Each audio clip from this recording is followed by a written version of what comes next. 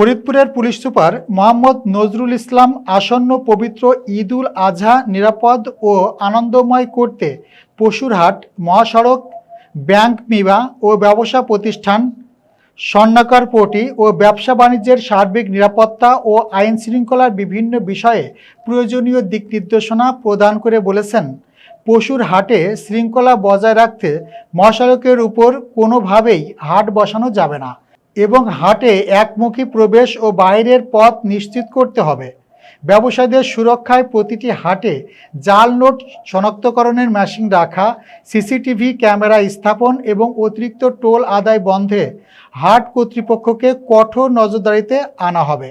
ফরিদপুর থেকে senior reporter মাহবুব চিস্তি জানান।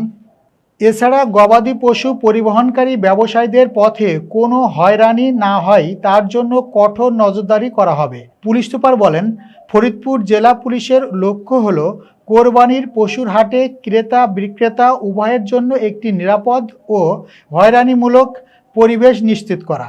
বৃহস্পতিবার 21 মে সকাল 11টায় ফরিদপুর পুলিশ সুপারের কার্যালয়ের সম্মেলন কক্ষে পবিত্র ঈদ উল আজহা 2026 উপলক্ষে আইন শৃঙ্খলা সংক্রান্ত মতবিনিময় সভায় পুলিশ সুপার মোহাম্মদ নজরুল ইসলাম এসব কথা বলেন।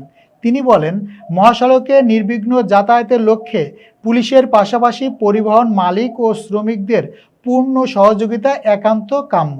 অতিরিক্ত ভাড়া আদায়, ফিটনেসবিহীন যান চলাচল এবং মহাসড়কে ঝুঁকিপূর্ণ ড্রাইভিং কঠোরভাবে নিয়ন্ত্রণ করা হবে।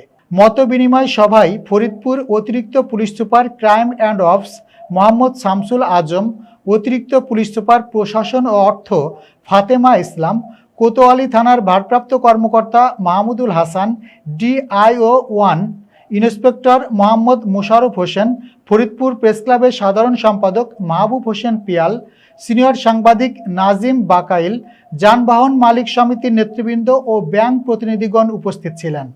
এরপরে যাতে কোনো ধরনের মার্কেট কেন্দ্রিক চুরি ডাকাতি না হয় এইটা আপনি এনশিওর করেন আপনার নিজস্ব রিসোর্স দিয়ে। আমরা চাই যে গরুহাট কেন্দ্রিক যে নিরাপত্তা ব্যবস্থা সেটা তো থাকবে, কিন্তু গরুহাটে যাতে কোনো ধরনের অজ্ঞান পার্টি বা মনক পার্টি যাতে কাজ মানে এখানে কোনো ধরনের অপরাধ না করতে পারে। আমাদের এখানে নিজস্ব টিম থাকবে এবং একই সাথে যারা ব্যাংক আমাদের ব্যাংকের প্রতিনিধি হিসেবে যারা আছে তাদেরকে অনুরোধ করবো যে ওখানে আমাদের জাল নোট শনাক্তের মেশিন রাখার জন্য হয়, যাতে কোনো ধরনের জাল নোট বা কি বলে এই টাকার ধরনের বিস্তার না ঘটে। যদি এরকম হয়ে থাকে আপনাদের অনুরোধ করবো যারা ইজারাদাররা রয়েছে আমাদের তাৎক্ষণিকভাবে আমাদের নজরে নিয়ে আসবে যাতে আমরা ব্যবস্থা নিতে পারি। এইটা একটা বিষয়।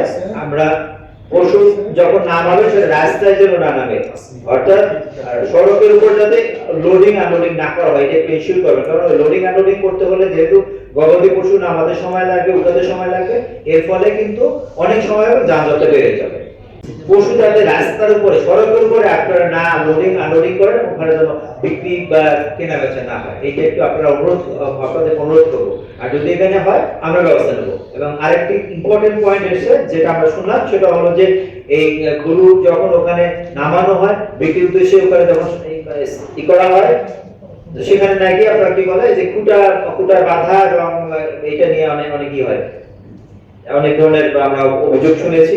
এইটা যাতে না হয় আমাদের এখানে ডিবি ইনচার্জ রয়েছে কোথায় স্যার, আপনি এটা দেখবেন যে কারা এটা ওদের টাকা পয়সা উঠে, আমরা তাদেরকে সোজা বিশেষ ক্ষমতায় কি বলে আমাদের ওই সে মামলা দিয়ে দেবো, দ্রুত বিচারের মামলা দিয়ে দেবো ওখানে যদি চাঁদাবাজি হয়, একেবারে হাতে নাতে ধরে।